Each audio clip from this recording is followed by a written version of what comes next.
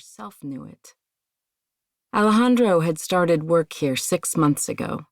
Colette had been out on a road test when he arrived. She'd come back to the office, and there he was. He rose to shake her hand and introduce himself, and Colette dropped her clipboard. "Sorry I'm so distracted," she said, leaning down to retrieve it. "My last road test drove the wrong way down a one-way street." That was true. Colette had never been so grateful to have an excuse for looking flushed and out of breath. The driving examiners work at 4 metal desks in a room with cinder block walls painted the color of curdled cream. The only window is one-way glass, and the view is not of outside, but of the 4 scuffed blue plastic chairs in the hall where test takers wait to take their road tests. The person who accompanies them, usually a parent, has to wait over in chairs on the other side of the building. A moment or two after the test taker sits down, Trina or Gina from written tests pops open the door to the driving examiner's office, tosses the test taker's folder into the tray on top of the filing cabinet, and retreats. Vic always volunteers for the morning's first test, and today it's a burly guy in a maroon sweatsuit. "Okay, I'm headed out for coffee," Vic says. What he means is that he's going to make the burly guy go through the McDonald's drive-thru as part of the road test. He does it every single day, and no test taker has ever thought to complain. Not even the lady who chipped the Ronald McDonald statue and had to pay $300 in repairs. "None for me," Colette says. Vic frowns. "Why the fuck not?" "It gives me headaches." "What, after decades of drinking coffee, it suddenly gives you headaches?" "It's possible to develop an allergy at any time in your life," Greg says. Vic looks at him, annoyed. "Now you don't want one either?" "No, I want a premium blend, black with 2 sugars. "Alejandro?" "Americano, with an extra shot of espresso. I'll make up for Colette's lack of caffeine."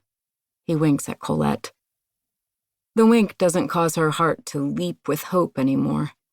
She thinks that must be a good sign. The driving examiners are supposed to work in strict rotation, like a batting order lineup, the first available driving examiner taking the next test taker. But Colette and Vic and Greg have long ago developed their own system where they assess the test taker through the one-way glass and study the paperwork in the test taker's folder and make their own assignments. Rules apply, obviously.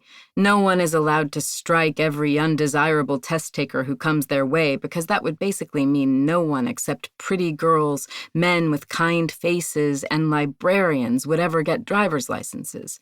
But they can pick and choose to some extent. None of them liked to take old people. The problems with old people were endless. Hearing loss, vision loss, memory loss, slowed reflexes, confusion. It broke Colette's heart when she saw some elderly person shuffle out to take their test and knew that person had once been lithe and slender, brimming with intelligence and verve. And she knew that the old people still thought of themselves that way. They had no idea the younger, more capable versions of themselves had decamped decades ago. It was heartbreaking, but it was also fucking scary. The old people led you out to their Lincolns and Buicks. They didn't approve of foreign-made models, and the cars would be ringed with dents and scrapes, little souvenirs of the places the old person had driven.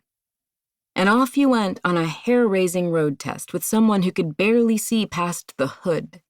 They straddled lanes, ignored stop signs, braked abruptly without cause, accelerated suddenly, also without cause, pressed simultaneously on the brake and gas pedals, drove over curbs, nearly drove over people.